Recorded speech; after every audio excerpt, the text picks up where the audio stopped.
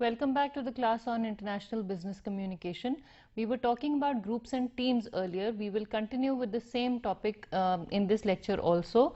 So, since we have a lot to cover, let's go straight to the revision portion and then we will continue with what we were talking about in the previous class. Some revision. Please discuss amongst yourselves regarding the perception about membership in groups and its impact on group and team performance and effectiveness for team activities and for the organization as a whole. It seems like a lot of work, but all I want you to do is figure out, see, the whole concept of membership is a perception. It's what I feel about my membership in the group. It's what other team members feel about my membership in the group. It's what the group as a whole feels about the membership status of different people in different positions within the group. So that is what we were talking about in the previous class, and that is what I would like you to discuss amongst yourselves before we move on to the next portion. So that is what I mean by perception about membership in groups. I also want you to find out or discuss amongst yourselves what its impact is on the group and team performance. Groups and teams get together for a purpose. Groups and teams get together and do something. That is why they get together. They may get together just to share information, as we had spoken about last time. We have personal groups, we have functional groups. Now personal groups get together to share information, to support each other, but there is definitely a purpose, even if the purpose is enjoyment and sharing of knowledge and information. So in that case also, please discuss amongst yourselves how these perceptions of memberships impact the performance of these groups. I'll give you one very close to life example. These lectures that we are recording on the video are virtual teams. We are hoping that, one person or several people in a class will watch this and maybe learn something or get some food for thought. This is different from a team in a class or a group in a class. It would be different if I were talking about these things to my colleagues. If I was telling them what I knew about communication, that would be different from the way I would teach my students, and this is a completely different group. It could be one-on-one. One of you might decide to just look up some of these lectures. You may not even listen to the full lecture. Some people may just decide to use these lectures for teaching in class, and that would become a different group altogether. Now, again, what you see my position in the group will be different from what you see yourselves in the group, from how you view yourselves in the group, from how the facilitator of this interaction, if there is one, would view his or her position. If the person is merely, helping you, say a teacher's assistant is helping you go through these lectures and pausing at the right places and facilitating the discussions, when I say please discuss amongst yourselves, that would be one. If the teacher is teaching you, they may decide to take portions that they feel I have dealt with more or less comfortably, and they may decide to show you those. And at times you might just decide to see these lectures on your own. So again, how you view your membership in the group is going to affect your team performance, your performance on how what your stakes are in this group. Similarly, in other groups also, how you view things, what your stakes are, what you're ultimately hoping to achieve will be decided by what happens, how you feel about your membership in the group. And we had talked about how people feel about their membership status in a group depending on who is leading the group, who is deciding on the direction of the group, who is giving the group a sense of purpose, how rules are being followed. We had 4 different kinds of groups that were discussed by Alcorn in that book, and those groups were, if you remember, they were homogenized, institutionalized, autocratic and intentional groups. So, depending on how you feel about where you belong and how you fit into the group, you will decide how to communicate with your team members, and all that will be affected by by the communication going on between the group members. I also want you to discuss amongst yourselves before we move on. I want you to figure out the connection between communication and group development. How are groups developed?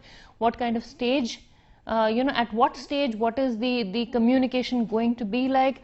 I want you to discuss the connection between communication and team building. I want you to discuss how communication impacts conformity to group norms and activities. So these are the things I would like you to discuss amongst yourselves before we move on to the next part of this lecture. Okay, norms that foster competent group interaction. We were talking about norms last time. So now this is a table that is given by that has been suggested by Nancy Burkle-Rothfuss in this book on communication competencies and contexts. The author is Nancy Burkle-Rothfuss. This book was published in 1985. And there's a table that I thought I should share with you. So I don't know if the camera can be zoomed onto the date, but if it can be, then please do so. Otherwise, I'm sure people who are viewing it, published in 1985 by Newbery Award Records Incorporated. Anyway, so this is the table. I have tried to reproduce this table on the slide so you can see it. Okay, norms.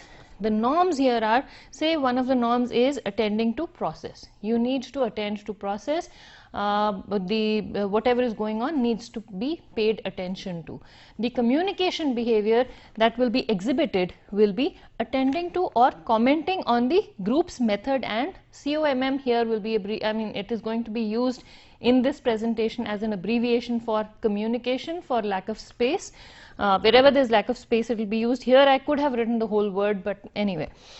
The relevant roles of people enforcing this norm would be the manager, or the manager could be encouraging people, or maybe at times enforcing this role. The manager could also be commenting on the group's method and communication. And the basic communication competency category in this activity, or in enforcing this norm, or ensuring that everybody follows this norm, is controlling. So the manager will attempt to control the enforcement of this norm by attending to or commenting on the group's method and communication. The second norm is accepting feelings. Now these are the norms that foster competent group interaction, which means they encourage interaction, good interaction, appropriate interaction within the group. The second norm here is accepting feelings. Maybe the group encourages you to accept feelings. The communication behavior that will be expected of the members will be owning feelings and acknowledging others' feelings also. The relevant roles here would be those of the encourager and negotiator. So one person encourages people to express their feelings, another person negotiates when somebody expresses their feelings out of turn or is going overboard. They bring them back to the equilibrium. The basic communication competency category would be expression, either expression of just this is basically to encourage the shy people to start talking about themselves.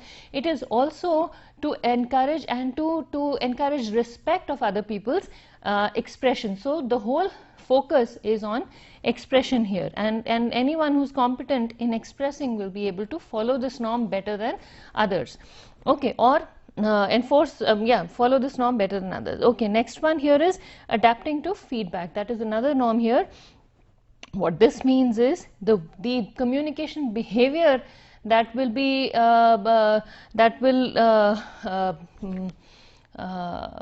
through which this norm will be expressed or followed will be checking for perceptions and seeking feedback.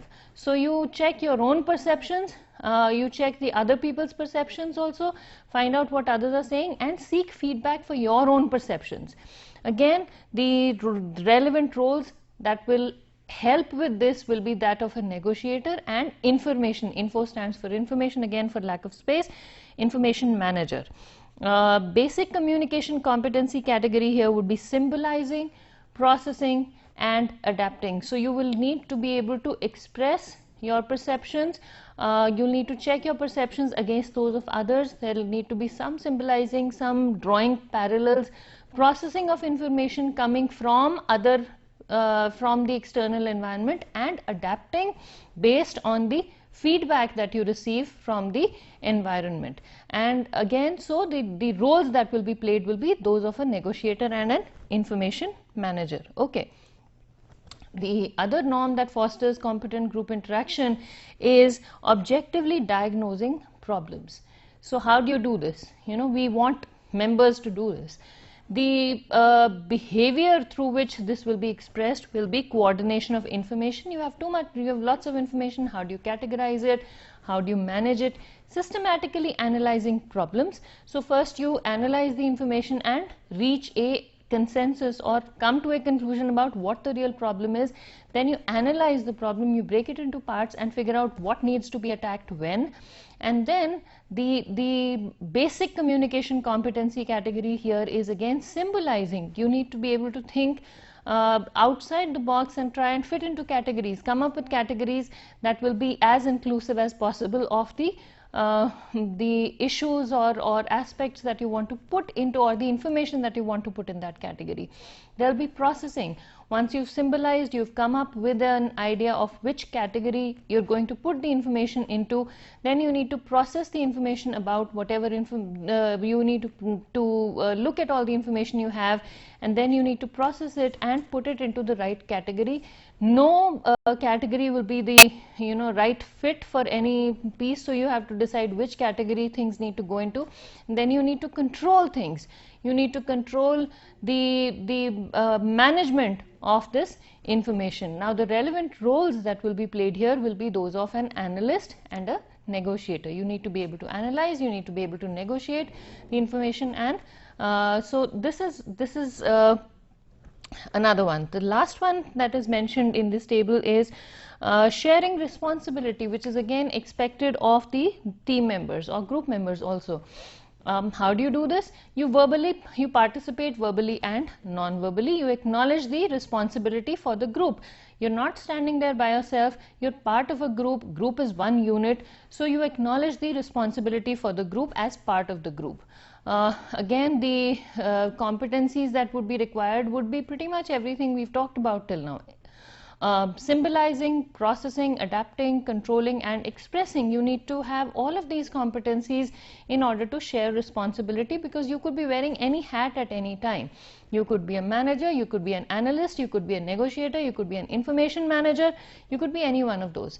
So, and the encourager also. So that is how these roles are played out, and the categories, the communication behaviors that you would be expected to play would be the ones in the communication behaviors that you would be expected to be competent in are listed in the last column. So this is, and you would need to be a gatekeeper, which means that when you share the responsibility, you don't let things get out of hand.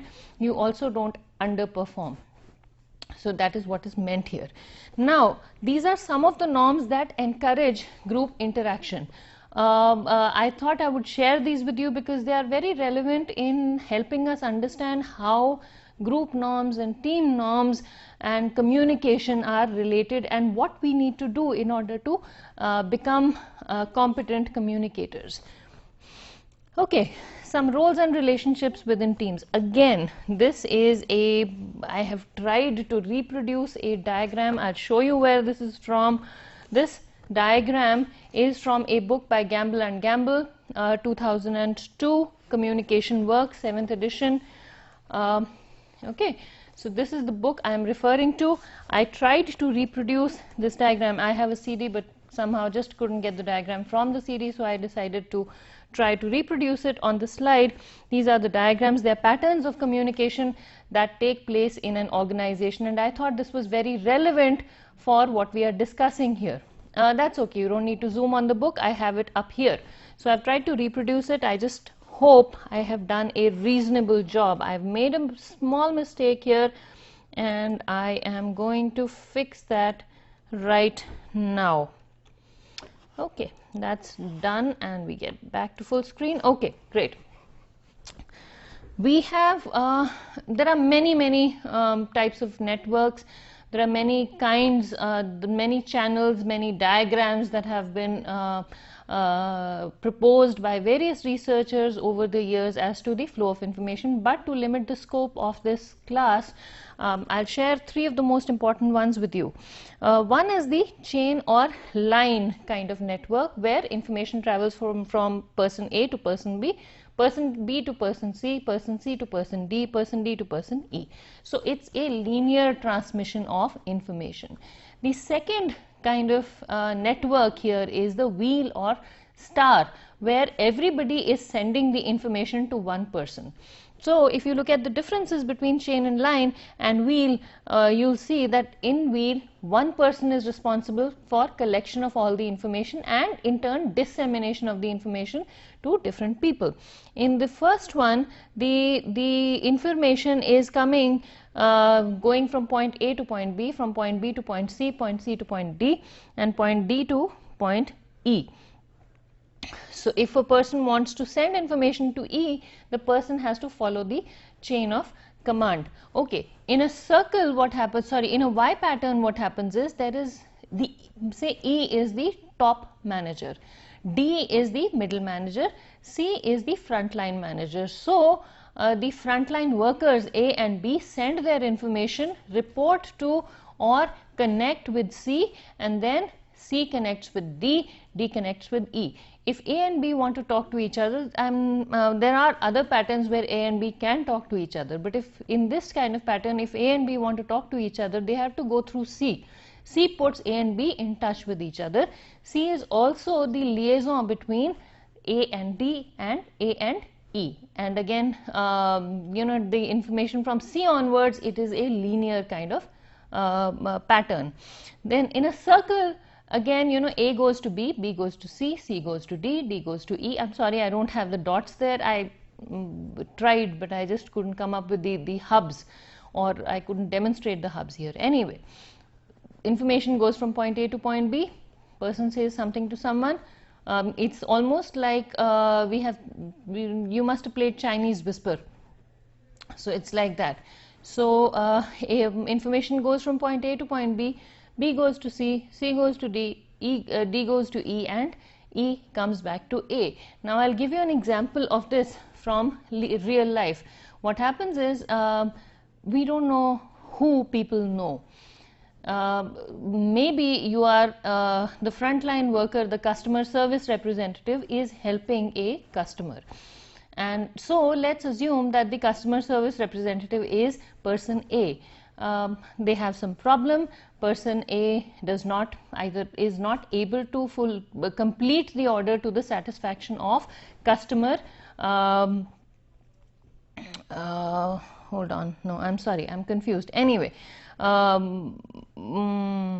let's say E is the customer, A is the CEO, and so there is initially no connection between the or maybe E could be the CEO. That's fine. A is the customer, B is the customer service representative, C is the manager, D is the senior executive, E is the CEO. If we take it that way, then B and A have an interaction which is not to the satisfaction of either of them. And A just keeps quiet. A doesn't tell B what is going on. B talks to C that this didn't happen properly. C talks to D. D talks to E, and E happens to know A. So E checks with A and says, did this happen? Did this fall apart? And the circle again starts. So I hope this is the right example here. I'm sorry, I'm sort of little freezing up here. Anyway, we have an all channel kind of communication network where everybody talks to everybody, everybody is in touch with everybody, and that is how things happen. Now what happens is, the last part of this portion, this slide, shows you how liaisons and bridges develop. We have cliques. Now cliques, again I'm going to read out these things from the book. The next slide here gives you the definitions. I cannot show you the diagram and the definitions in one shot. So I'm going to read out from the slide. When you're going through this, I'll pause on the next slide for a second. When you're broadcasting this lecture or viewing this lecture, please pause the slide and read things yourself. Clique is the setup or a network where people majority of the contacts know each other. And so this is a clique. The pentagon here, everybody knows everybody, everybody is in touch with everybody. Liaisons are not members of any one group or clique, but link persons in one group with persons in another group. So liaison is the person in the middle. Liaison connects one clique to another clique. They don't belong to either place, but they are very good friends with both of these groups. And the bridges and the liaisons feel more strongly integrated in both of these groups because they have very good connections with both of these groups. They're more team oriented because they have to keep these two people bonded. They are less frustrated with the group's work because they are on the inside but they are still outside the group. The bridges, on the other hand, are persons in groups who have a predominant number of intra-group contacts and who also communicate with one or more persons in another group or clique. This is the best.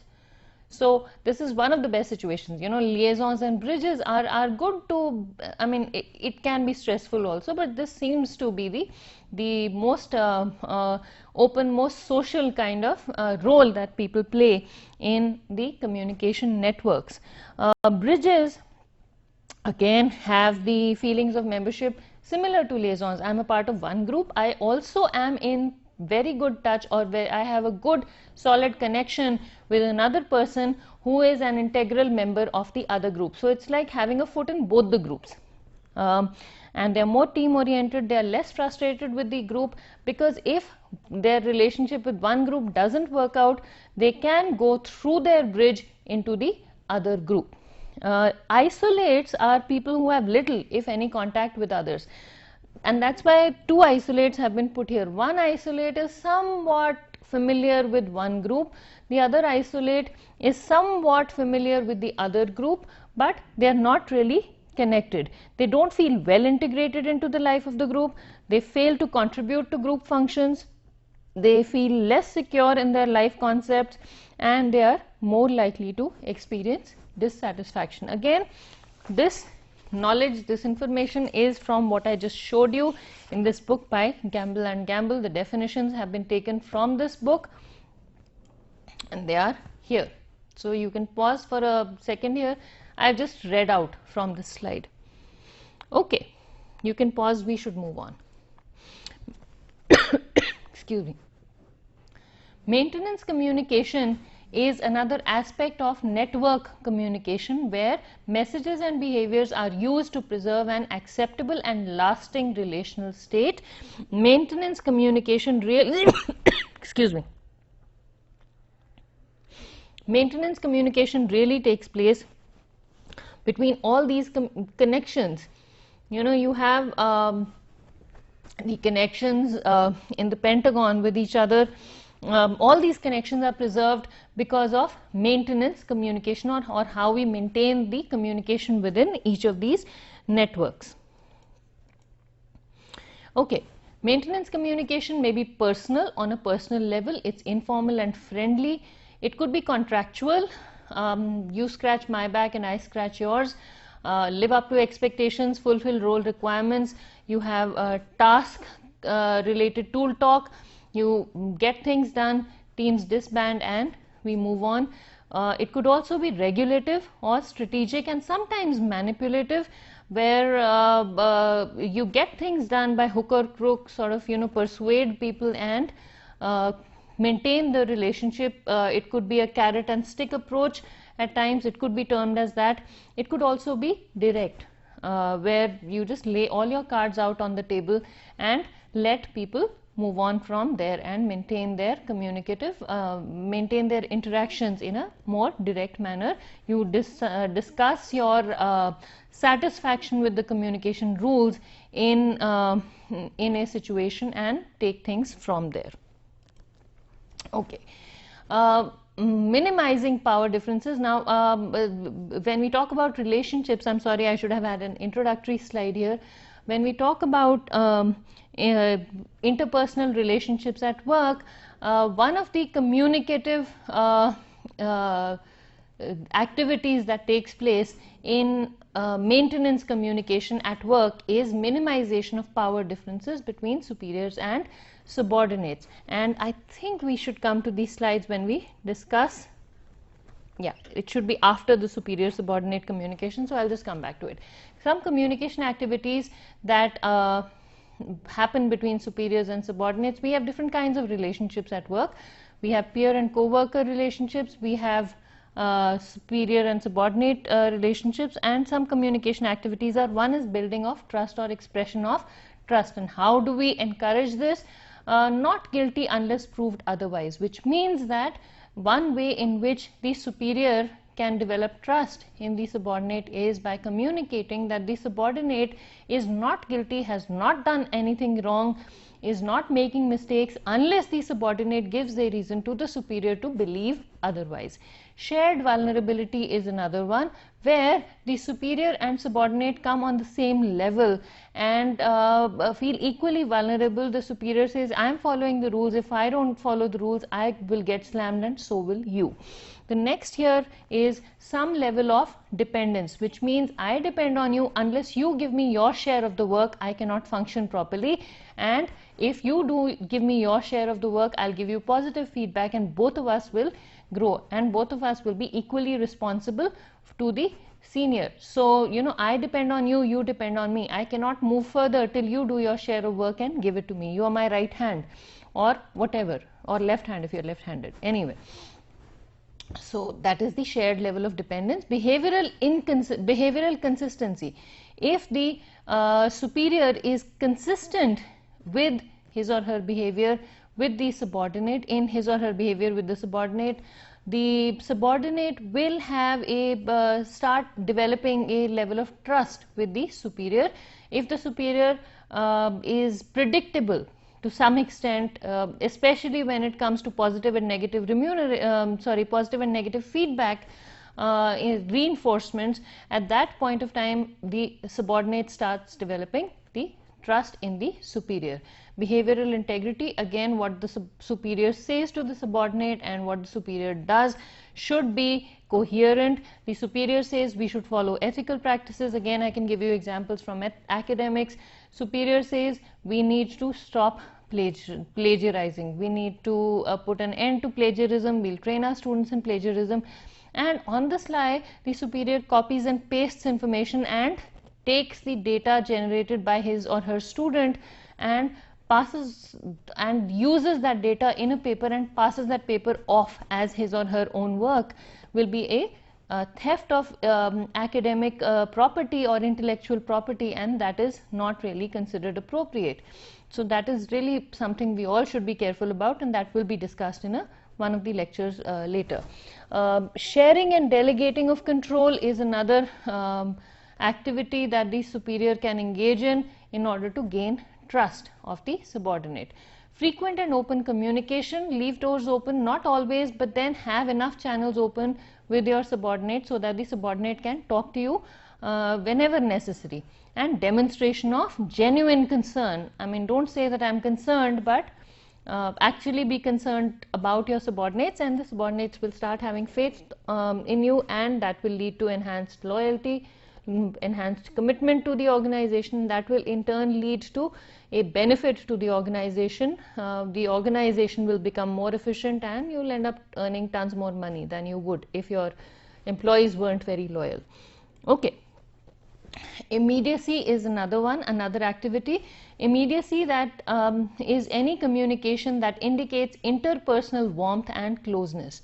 So you value the job of the subordinate, be attentive to the subordinate, express confidence in the subordinate's abilities, show personal interest in the subordinate's work and welfare. I'm not saying personal life, but if the subordinate falls sick, be genuinely concerned. Don't just show up at the hospital because you have to, but be genuinely concerned. Express verbal appreciation. People won't know how you feel till you tell them how you feel. So it's very important to tell. People can't get into your head and figure out that you're really appreciating their work. You need to tell them that you appreciate their work, give them positive feedback. Negative feedback we all give. but positive feedback is essentially is equally important and should be given to the subordinates, and they'll start feeling close to you, they'll start feeling bonded. If you go through the stages of relationship building at work, this is the stage at which the bonding takes place, and that aids in effectiveness of the organization. It helps with the performance of the team and ultimately the organization. Okay. Demonstration of a willingness to assist the subordinate. Now, this is again very, very important. What happens is that when we are working together, bosses feel after a point, they say, okay, you're all professors, you know your work. There's always a possibility to learn more. You know, you reach a certain stage in life and superiors say, you've been hired because you know your job.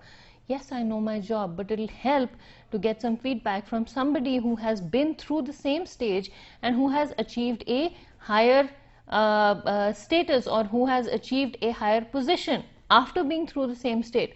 So getting some feedback on our work always helps. And learning, you know, if I'm making mistakes, please tell me and please support me. Don't ask me to go and find answers on my own. Please support me in learning newer things. And that helps if the boss is supportive, if the boss helps you with your mistakes, says you've made a mistake and then gives you or helps you find solutions. It always helps with bonding with the boss. So that includes, or that necessitates, supportive communication between the superior and the subordinate. Okay, immediacy, feedback, providing feedback and seeking feedback are both very important to come close. Compliance gaining is another thing. We have various styles of compliance. We will discuss these when we talk about compliance and persuasion in the next class. We won't go into it right now. Compliance just means why should people, when we say compliance, we are essentially talking about why should people listen to you? Why should they talk to you? Why should they even believe what you're saying? Why should they agree to doing what you ask them to do? And that is essentially compliance. We will talk about it when we talk about persuasion. Okay, some communication activities here, subordinate to senior. Again, before we do this, I'm sorry, I made a mistake with the slides here. So, superior to subordinate, we have various communication activities. How do you minimize power differences in order to enhance the trust and immediacy with the subordinate? One of the ways in which you can minimize power differences is, or one of the tactics that people use to minimize power differences is value congruence. You say my value system is similar to yours. The other one is non-routine problem solving. We think out of the box, we get together and we don't necessarily follow we follow the rules in principle, but then we come up with alternate, more creative ways of solving problems. Inside markers, things that you do within your organization, special ways of doing things within an organization. For example, I'll just tell you, this is something that has become picked up, caught on. It had been happening in private organizations for a long time. Now what has happened is that in autonomous organizations like ours, it's very common practice to send internal information as FYI. I don't hesitate if I'm sending information to my boss. If it's just a piece of information that he needs to know, I say FYI. I don't say sir, I don't say anything, FYI. And no regards, nothing. Yes, he knows I respect him, but then FYI, just a piece of information. And if I want him to respond, I say please respond or please acknowledge, and he says okay. So these short forms of communication are slowly becoming more and more acceptable in more advanced organizations like IIT Kharagpur. I'm sure the similar things are happening even in IIMs, where we are saving time by cutting out these formalities. Yes, the boss wants to know, needs to know FYI, and just copy and paste the information. So that is an inside marker. Again, how you address things, what you do. These things help with immediacy. These things help with bonding. I will be able to do it with my boss in my department, but when I'm sending the same note to another senior professor in another department, the letter would be a little more formal, and I'm sure my senior faculty members may say, no, you can do that with us also, thank you very much. But if I don't do that, that is because I feel a little hesitant, because outside the department it's a different ball game. You feel a little more formal with people. You're not communicating with on a daily basis.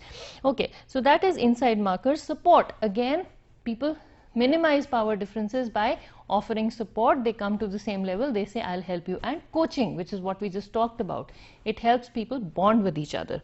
Now, and the purpose of minimizing power differences is to get people to encourage people to talk, to encourage people to express themselves, to encourage people to work well with each other and to get out of their shells and share positive energy. When there is too much of laxity, when people are just not completing their goals, then what happens is people start feeling the need for controlling and regulating the situation, and at that point we need to start bringing in some vertical structure into the organization. So you try and maximize power differences. We talked about power distance in the class on intercultural communication. That is what we are doing here in order to regulate the organization. You monitor people's performance. It is monitored, but then that becomes more and more obvious. You say, well, I expected you to do something, it hasn't been done. Why? Why has it not been completed? Or face threatening acts. Face indicates public image. So, you know, if people are not behaving or people are not doing what they're expected to do, people may end up criticizing and rebuking them in public to indicate how far ahead they are of their subordinates. Competitive conflict is another way by which power differences are maximized. Interruptions and non-supportive statements, again, subordinate is trying to do their job, boss calls the subordinate to his or her office and keeps interrupting, calls the subordinate to his office for 3 hours, doesn't give any work, keeps interrupting, okay, have tea, attends to phone calls, attends to other people. This person is sitting there with something that would have been over in 5 minutes, but then just sort of impressing on the person that, you know, your work isn't as important. And checking and micromanaging can create competitive conflict, and that can maximize power differences. And power games, which is something we all see, you know, how people express that they have more power over others. Again, we will talk about this when we talk about persuasion and leadership. We'll discuss this a lot more then, but just to give you an idea. Okay, communication activities, subordinate to senior. We talked about what the subordinate can say to the what the senior can say to the subordinate. Now, subordinate to senior, upward influence, Pell's effect. This is something we talked about in one of the previous lectures also. Subordinates would initiate more upward messages if they believed their superiors had upward influence. Again, this could be open persuasion, strategic persuasion, or manipulation. You openly say, boss, you are connected to your boss, so I am openly talking to you, or strategically managing this, or manipulation, which is a negative form of strategic persuasion. Again, we'll discuss this more when we talk about the persuasion in an organization. Women and the superior subordinate communication. Now, this is a subject, a topic that's very close to my heart, because I've seen this. Being a woman in a hierarchical organization, it is very difficult for women in senior positions to, one has to be very cautious while dealing with people of the other gender. Whether you're a woman in a senior position with male subordinates, or you're a woman, you're a male in a senior position with female subordinates, the gender interactions can create a lot of misunderstandings. The interpretations of gender interactions can create a lot of misunderstandings, so please be cautious. One tip that I learned from my seniors that I've been using is, whenever talking to especially a subordinate of the opposite gender, keep your doors open, even if you are saying something negative. That is something that has helped me quite a bit. Male students, again, you don't know how others will interpret. You and the subordinate are on the same level, you know, you respect each other, but because of this male-female interaction going on, why risk misinterpretations? Keep your doors open, have negative interactions in public places. That usually helps protect yourself and the other person also. So that is one tip that I'm sharing. I hope I'm not politically incorrect. I hope I'm not saying something I shouldn't, but that is one way to keep yourself safe. Okay. Principles of developing work relationships. Some principles that we use to develop work relationships are, one is proxemics, or closeness affects relationship development. The second one is relationship communication conveys information and imposes behavior. You get into a relationship, we start expecting things from people we are in touch with. The third principle here is relationships can be symmetrical or complementary. We've talked about this earlier. Each partner will have different interpersonal needs. Again, we've discussed this. And co-workers can have more control over each other than can supervisors. Okay, some stages in the development of personal relationships at work. How do personal relationships develop at work? The first transition is from an acquaintance to friend. I know you, and then slowly we start coming on the same level. We've talked about this when we talked about the stages in group formation. The second transition is friend to close friend. I know you more. We start being seen as a team. The third transition is close friend to best friend, and occasionally the fourth transition occurs where best friend becomes an intimate friend, or there's some romantic relationship that develops. Okay. Factors in the development of personal relationships, things that affect the development of professional relationships. Proxemics is again one, out of sight, out of mind. You meet people, it is inevitable that you will become friends, that you will develop professional relationships. It helps in the development of professional relationships if you are in touch. It doesn't have to be physical closeness, but as long as you're exchanging emails, talking to each other, just acknowledging each other's existence, that helps in the development of professional relationships, working relationships, as well as friendships. Treatment of subordinates by superiors. Again, treatment perceived as unfavorable leads to increasing communication and physical gap. You start avoiding each other, and that sort of becomes a dysfunctional kind of relationship. We've talked about social exchange theory in a previous lecture, so I'm not going to or probably we've not. Social interactions are regulated by each person's desire to derive the maximum pleasure and minimum pain from the other person. If your behavior is rewarded, if it gets positive reinforcement from the environment, you will respond in the same manner. If your behavior gets reinforced negatively, you will not repeat the same behavior. If somebody gives you negative feedback, the behavior will not be repeated, and that in turn affects how you develop relationships at work. You're nice to somebody, you do your work, you're patted on the back, you'll repeat that same good work. You do your work well, the boss doesn't acknowledge it, it will cause a break in the communication and in your relationship with the boss. Positive consequences of work relationships. What happens when you form relationships at work?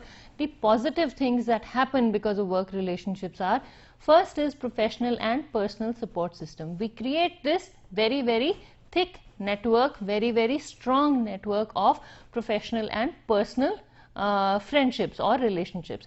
Anytime you make a mistake, the profession, the team will support you. They'll help you get out of the negative impacts of or they'll help you bear the consequences of that mistake.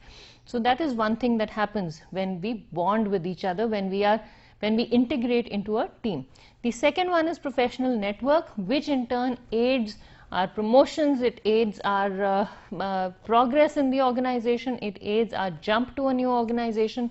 Again, this is done by friendships, your golf outings with your bosses, and the dinners, where late night dinners with, Christmas parties, all of that stuff. Loyalty towards the organization, respect, again, all these relationships. And of course, you see people in other places, you see people in outside of the work environment, and you see people doing different things, and slowly our opinions are sort of solidified or changed or whatever. So respect, again, it develops because we see people repeating the same positive behaviors, and the respect grows, and we sort of start acknowledging and accepting each other's presence in the group. Professional growth, again, one more very important consequence of work relationship. What happens when professional relationships don't pan out the way they were supposed to? Some problems that we face. Role and role dynamics, again problems because of role and role dynamics. One is role ambiguity, which occurs when a person is uncertain about his or her role.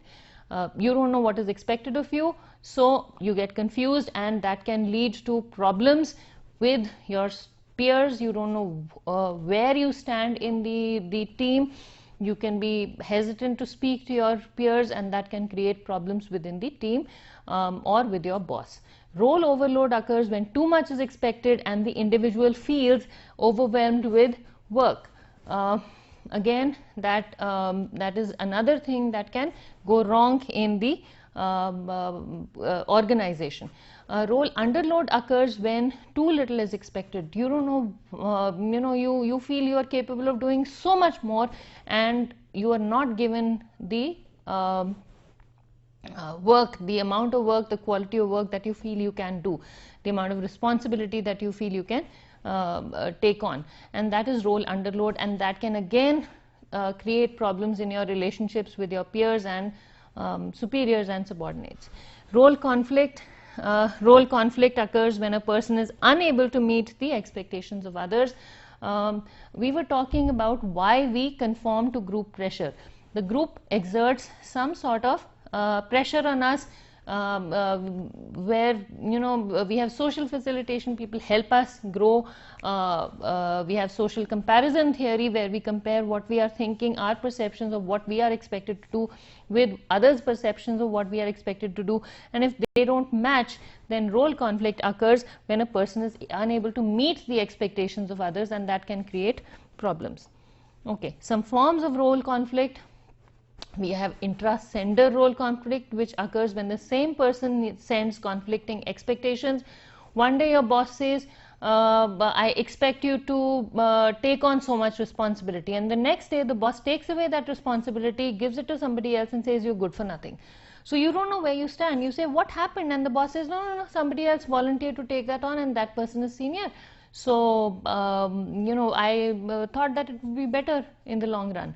And you say, what did I do? Where did I go wrong? One day you are trusting me with so much of work. The next day you have taken all that and given it to somebody else.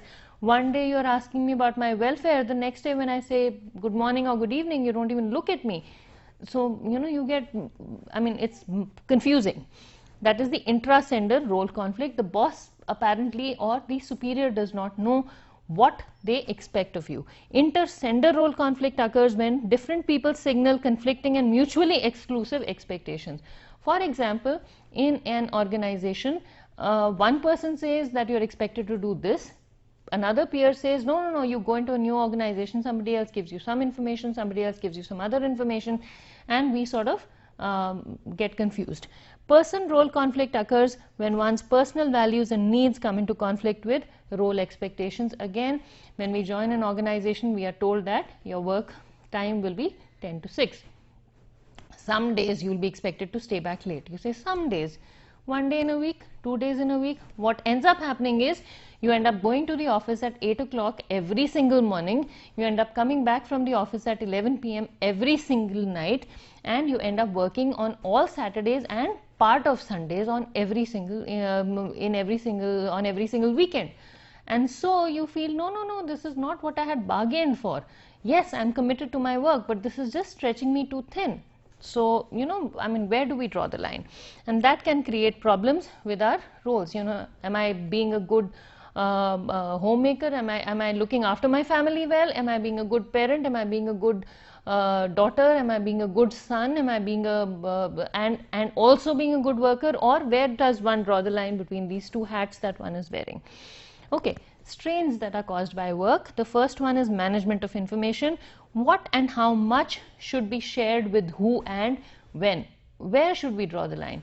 Perceived need for consensus. What should be agreed upon while communicating with who and when and why? Where do we come to a consensus, and why should we come to a consensus, and where do we say, no, that's enough, I put my foot down?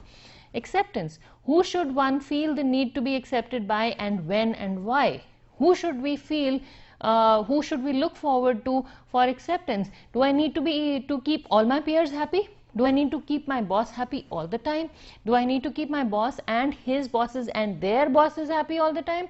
Or do I need to keep my family happy all the time? Where does this role end? You know, in my position, do I need to keep all my students happy? Do I always have to sort of, you know, bow down to their whims? Or do I need to keep my boss happy, who says that you need to discipline the students? So where does one fit in? Public display of friendships and relationships. Who should know about which friendship and when and why? And again, male-female friendships, even, you know, platonic friendships, need to be dealt with care because of the way intergender relationships are seen in high context cultures, and even intragender relationships these days. You know, depending on how close you feel to somebody, what level your friendship is at, and how you express that friendship needs to be treated very, very cautiously, especially in public. So, you know, to avoid misinterpretation. Again, friendships are good, but just be cautious about how you deal with them in public, because your verbal and non-verbal signals can be majorly misinterpreted and maybe used against you when you least expect them to be used against you. So just be careful. Strains caused by friendship at work. Friendship at work can cause some strains on on your efficiency. One is objectivity, which is loyalty towards your work vis-a-vis the organization or team and or department. Where do you draw the line? Do you support your friend when they are wrong all the time, or do you stab them in the back in the name of being objective and being professional all the time? So, you know, how do you, I mean, use this? Your friend may confide in you at some point about their vulnerability, and you go into a meeting and you speak up about their vulnerability and you point it out to them and you say, well, you told me this, why has this not been done till now? Nobody else knows it, you have been told about it, and then you defend yourself and say that I was just being professional. So is that loyalty to the organization, or is it loyalty to your work, or is it professionalism, or is it neither? You have to draw the line, but that is a strain that is caused on a person by virtue of being friends at work. Work-related inequality versus egalitarianism between friends. Again, we know that at many levels there's competition in an organization, and at times one of the set of friends is chosen for a higher remuneration or a higher positive reinforcement than others. At that point, there's some stress that is caused on the friendship and even in the organization, because your interpersonal relationships may get spoiled because you keep wondering why that person was chosen and you were not, unless the reasons for this choice are very clear. Performance at work versus socialization at work. How many cups of tea do you have together at work? How much time do you spend talking to each other at work, and how much time do you actually spend working at work? So managing official information, again, very, very dicey subject. Managing official information is all about, you know, do you give your friends the inside scoop on things, or do you keep confidential things confidential? Some negative consequences of work relationships. Misuse of support is one. Support is a commodity. Strings are attached for future reference. I offer you support because I want you to support me, or I want to get something from you later on. Information retrieval through one-way communication. Again, we are friends, you give me the information, but again, you know, people misuse the support. They'll take the information from you, but when you need the information or support, they will not give it to you. Codependency can result in barriers to growth or change. We are all averse to change. Most of us, you know, as we grow older, we start becoming more and more rooted where we are, in the place we are, in the organization we are, and we don't want to move on. And if we have friends there, then it becomes more difficult to accept and explore new opportunities and take risks. Threat to personal interests, again, sharing of information because one feels obligated to do it even if it's not in one's interest because you're friends with somebody. So that can be one problem. Some things that co-workers say to encourage peers to leave their peers voluntarily if there's too much negativity going on. Be careful if you hear any of these things, it can create problems for you. Negatively criticize the peer, you're not doing a good job. Encourage the peer to consider a new job or career. Always, you know, those things are coming at you. Negatively criticize the peer's job, company or management. Praise other jobs or careers. Encourage self-evaluation. They'll say, look at yourself. What are you doing? You know, you pour your heart out to your friends or peers, and they say, why don't you look at yourself? That might encourage you to leave voluntarily. Inform the peer of other job opportunities again and again. Warn the peer of negative consequences or outcomes. Review beliefs about work and life, and, you know, get all philosophical. Tell or encourage the peer to exit. Praise the choice of voluntary exit or resignation to the peer's behavior and negativity, and you say, well, yeah, you're facing these consequences because you deserve them. Or start praising the peer's positive qualities even when the situation doesn't warrant that. So just be cautious. If you see any of these markers, then be careful and watch out. You don't know what is coming at you if you're really expecting something negative. Okay, some specific concerns for global teams with negative relationships at work: culture, geographic diversity, language problems and technology can all contribute to and can all be instrumental in negative relationships at work. Some challenges posed by demographic fault lines on team performance. Fault lines are, this is a metaphor used from seismology, earthquakes. And fault lines are the places where the earth is weakest. The surface of the earth is weakest, and anytime there's a disturbance in the deeper core of the earth, the fault lines are the places where that tends to move. And this is what happens in relationships. When we talk about geographic fault lines, what about your geographical background is do you feel most sensitive about, and you know, that could in turn sort of affect how you feel about your membership in a particular group. Strong fault line group is members identify more with their subgroups and teams. Again, every group has subgroups, and every subgroup has more subgroups, subgroups. So if you identify more with your subgroups than a team, there'll be more conflict, less sense of safety, less team satisfaction. If you have a weak fault line group, the members identify more with teams than subgroups. So you have less of conflict, more sense of safety, and more team satisfaction. How do you strengthen work relationships? Provide positive feedback, mediate conflict, discuss communication, meta-communication, communicating about communication, get philosophical, help manage relationships. Don't have your closest friends outside of work. Absolutely no intimate friendships or relationships at work. Understand the difference in perceptions regarding man-woman friendships at work. I just told you that.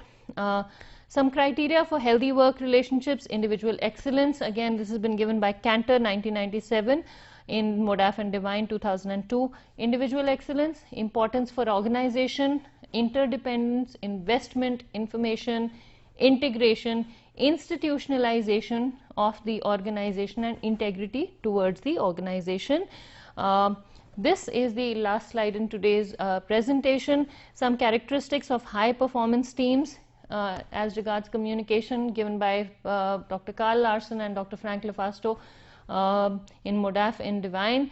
Clear elevating goals. You have clear goals, you have a results driven structure, you have competent team members, you have a unified commitment, you have a collaborative climate, you have standards of excellence and external support and recognition, and principled leadership. Again, all these are pretty self-explanatory, so I'm not going to get into it. What I would like you to discuss is on this slide. I have been given the time ending signal, so I'm going to stop here. Please pause at this, discuss these things amongst yourselves, and we'll come back next time and discuss persuasion. Thank you.